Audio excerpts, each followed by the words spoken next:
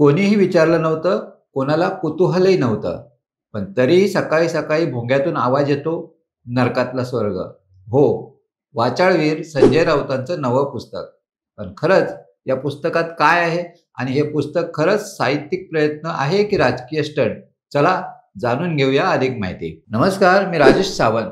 प्रहार न्यूजलाईनमध्ये आपलं स्वागत करतो. संजय राऊतांनी नुकतंच एक पुस्तक प्रकाशित केलंय, नरकातला स्वर्ग. पुस्तक येण्यापूर्वीच गेल्या आठवडाभरात टीव्हीवर, डिबेटमध्ये, न्यूजमध्ये त्याचाच गवगवा. राऊतांचं हे पुस्तक म्हणजे एक प्रकारचं राजकीय हत्यारच म्हणावं लागेल. पुस्तकाचं नाव जरी सर्जनशील वाटलं तरी त्यामागचा हेतू फक्त एकच, अमित शहांवर थेट प्रहार. आणि हो, विरोधकांवर शरसंधान साधत स्वतःची पब्लिसिटी म्हणजे नरकातला स्वर्ग. हे फक्त एक पुस्तक नाही तर एक राजकीय व्यूहरचना आहे. राऊतांच्या मते नरक म्हणजे सध्याचं राजकारण आणि स्वर्ग म्हणजे त्यांनीच ठरवलेले त्यांचे विचार. पण हे सर्व ऐकताना मला आठवली एक जुनी गोष्ट, पत्रकारांचा नरक दौरा. एका पत्रकाराला देव प्रसन्न होतो आणि विचारतो, काय वर मागतोस? पत्रकार म्हणतो, मला नरकात जाऊन रिपोर्टिंग करायचंय. देव म्हणतो, तथास्तु. तो नरकात पोहोचतो आणि धक्का बसतो. सगळीकडे स्वागत, रांगोळ्या, तोरणं, हसतमुख चेहरे, कोणी भांडत नाही, कोणात दुःख नाही, भ्रष्टाचार नाही, कोर्ट कचऱ्या नाहीत. आणि पत्रकार म्हणतो,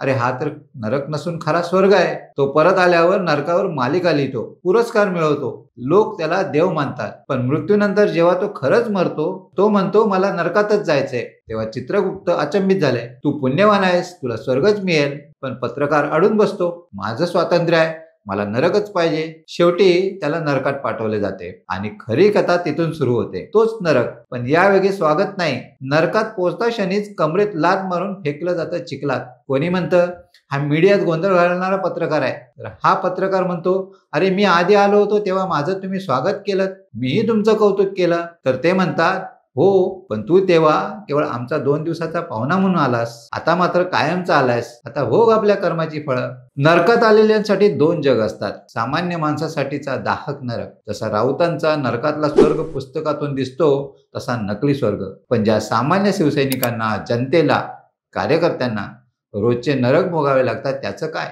खरं म्हणजे राऊतांच्या कल्पनेतला नरकातला स्वर्ग म्हणजे काँग्रेस असावी. शरद पवारांच्या नादी लागून त्यांनी ठाकरेंना काँग्रेसमध्ये नेले. सुरुवातीला 2.5 वर्ष उद्धव ठाकरेंना मुख्यमंत्रीपद मिळालं, पण पुढे त्याचे परिणाम काय झाले? नावारूपाला आलेला पक्ष लयाला गेला आणि आता काँग्रेसच्या नरकात भोगतायत कर्माची फळं. या पुस्तकात आणखीन एक मोठा विरोधाभास आहे.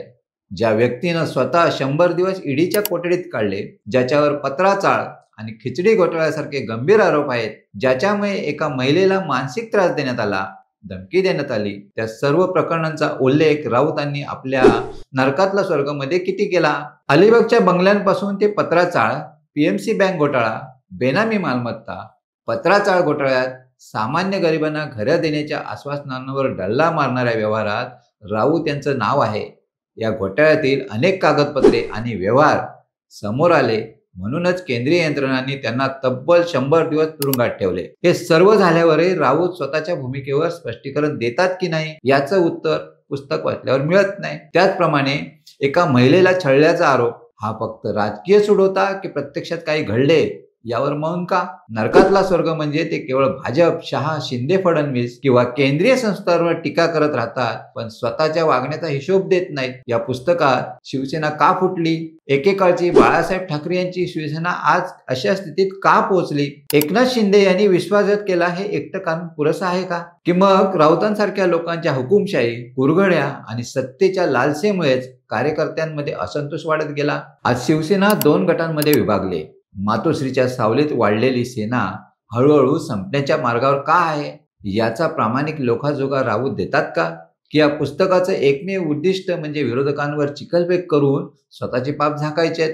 नरकातला स्वर्ग म्हणजे जर खरंच सत्तेच्या संघर्षाचा इतिहास मांडायचा होता तर राऊतांनी आधी स्वतःचे डाग जगासमोर ठेवायला हवे होते.